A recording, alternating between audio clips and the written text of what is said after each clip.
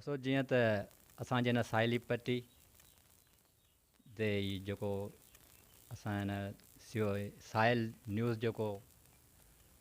नओं चैनल खोलियो आहे ऐं असां हिन दोस्त जे हिन साहिल जे साहिल न्यूज़ जे CEO वारिस कात्यार साहब जे कावशनि खे सारायूं था,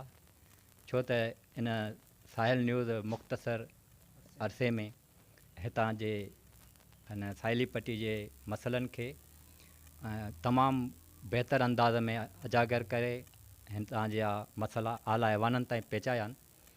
ऐं असां अञा बि उन खां उमेद ऐं तवका रखूं था त जीअं हिन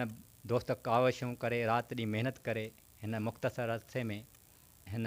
न्यूज़ ज़रिए हितां जा मसइला आला ऐवान ताईं पहुचाया आहिनि ऐं असां खां उमेद था रखूं त अञा बि हू वधि खां वधि कोशिशि करे हिन साहिली पट्टी ऐं हितां